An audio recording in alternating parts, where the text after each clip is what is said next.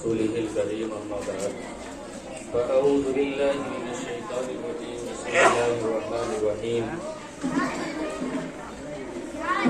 لئن شكرتم لأزيدنكم ولئن كفرتم إن عذابي لشديد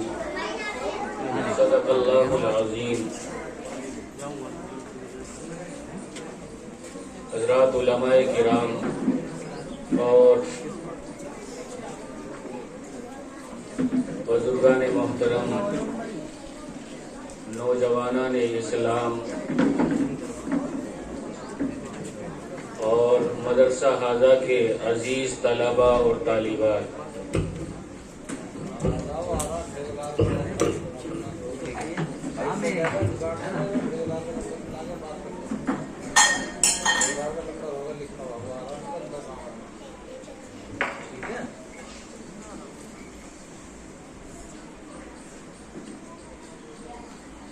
چند لمحوں کے لیے میں آپ حضرات کے روبرو ہوا ہوں. الحمدللہ آپ کے مدرسے کا پروگرام کافی وقت سے اپنے زور و شور کے ساتھ میں اپنی رعنائیوں کو بکھیر رہا ہے. اللہ تبارک و تعالیٰ کا احسان عظیم ہے کہ اس نے ہم سب کو آج کا یہ مبارک اور خوشی کا دن عطا فرمایا. آج کے اس خوشی کے دن کو ہم سب یوم آزادی کے نام سے جانتے ہیں. ہندی میں اس کو سوتنترتا دیوس کہا جاتا ہے اور انگریزی میں اس کا نام انڈیپینڈنس ڈے کہا جاتا ہے. دوستوں اور بزرگوں، یہ وہ خوشی کا دن ہے کہ 1947 سے لے کر آج تک پورے بھارت کے اندر اس دن کو خوشی کے ساتھ میں منایا جاتا ہے. یہاں پر لگے ہوئے جھنڈے، یہاں پر ابھی تھوڑی دیر قبل جو ترنگا پھہرایا گیا ہے، اس کو دیکھ کر اور آپ لوگوں کے یہاں جمع ہونے کو اور عزیز طلباء کے پروگرام کرنے کو دیکھ کر بہت مبارکبادی دینے کو دل چاہ رہا ہے. اور یہ یقیناً ہمارے قاری ریاست صاحب کی محنتوں کا ایک نتیجہ ہے کہ الحمدللہ اس مدرسے کے اندر اب سے پہلے بھی ہم آتے رہے ہیں، لیکن جو کام اور جو ترقی اس مدرسے نے ایک سال کے اندر کی ہے، اب تک میری نظر میں وہ ترقی اس مدرسے کی نہیں ہو پائی تھی. بہرحال اللہ جس سے جتنا کام لیتا وہ اللہ کا اختیار ہے. اللہ کسی نہ کسی سے کچھ نہ کچھ ضرور کام لیتا ہے. لوگ آتے رہتے ہیں، محنتیں کرتے رہتے ہیں. الحمدللہ قاری صاحب کو اللہ نے وہ لگن اور محنت کا جذبہ دیا ہے جس کو دیکھ کر الحمدللہ آج آپ حضرات اس کی ترقی سے مگن ہو رہے ہیں، خوش ہو رہے ہیں. بہرحال یوم آزادی کے اس موقع پر سب سے پہلے جو ہمیں کچھ باتیں ہیں ان کو یاد رکھنے کی، اپنی نسلوں کو، اپنی اولادوں کو بتانے کی ضرورت ہے. اور وہ یہ ہے کہ جس آزادی کا آج ہم جشن منا رہے ہیں، یہ آزادی ہمیں یوں ہی حاصل نہیں ہو گئی، بلکہ اس آزادی کو حاصل کرنے کے لیے سینکڑوں سال تک قربانیاں دی گئیں، پھانسی کے تختوں پر لٹکا گیا، بہت سی مائیں اور بہت سی بہنیں جو ہیں بیوہ ہو گئیں، بہت سے بچے یتیم ہو گئے. اسی طریقے سے ہمارے بزرگوں نے اس ملک کو آزاد کرانے کے لیے اپنے تن من دھن کی بازی لگائی، تب جا کر یہ ملک ہمارا آزاد ہوا. اور اس ملک میں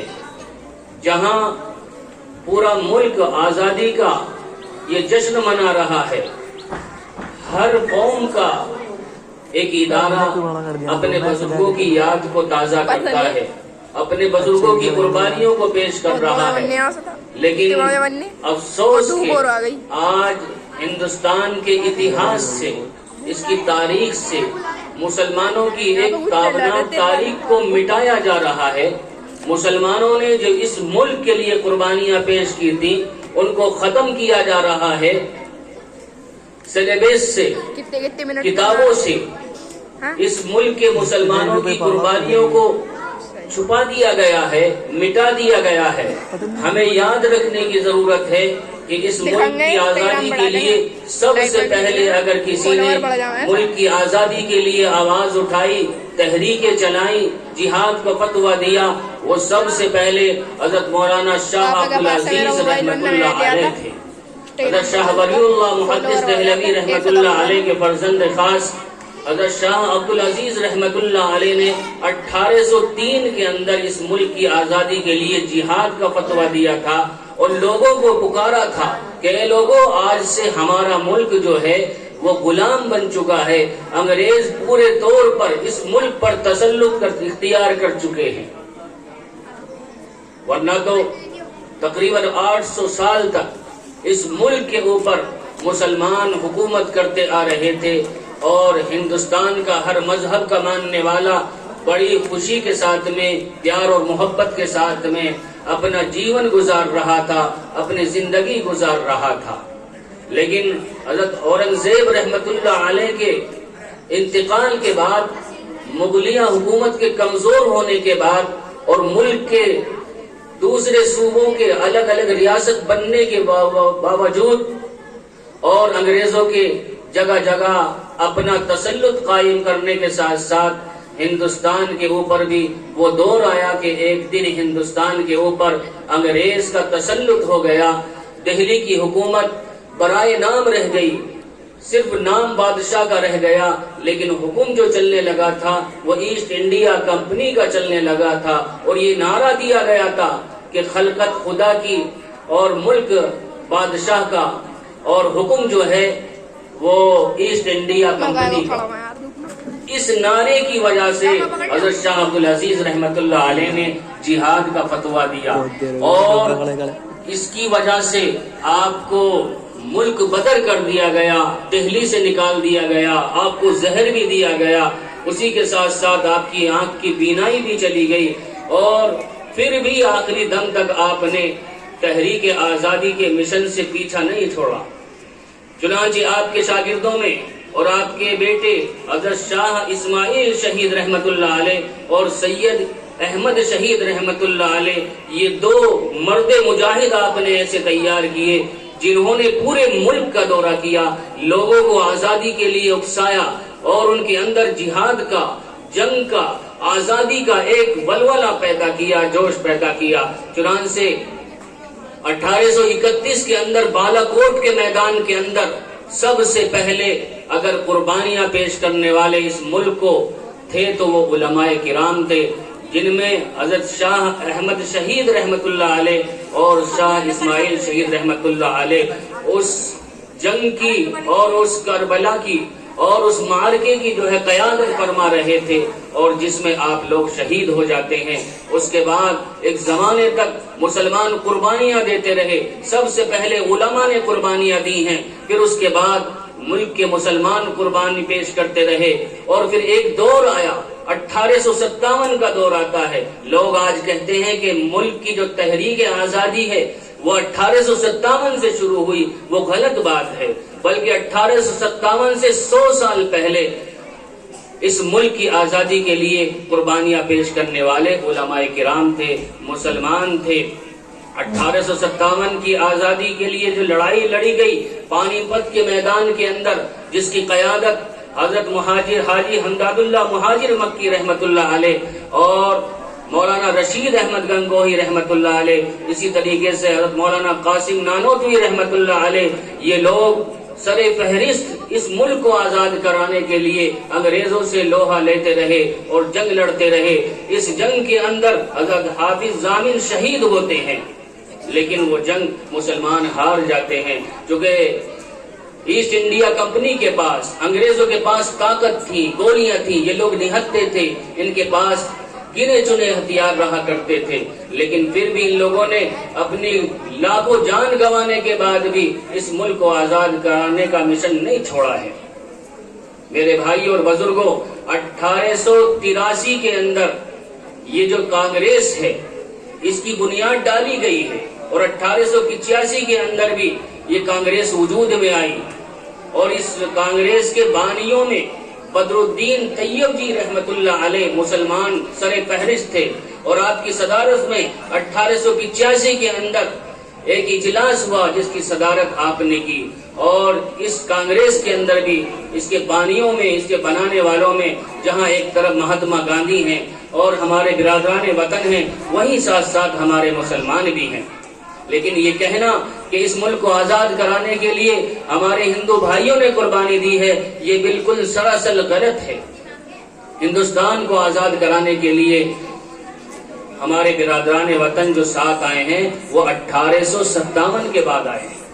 1857 سے 100 سال پہلے تک جو بھی جنگیں لڑی گئی ہیں اس ملک کو آزاد کرانے کے لیے، جو بھی قربانیاں پیش کی گئی ہیں، اس میں صرف تنہا علماء ہیں، مسلمان ہیں۔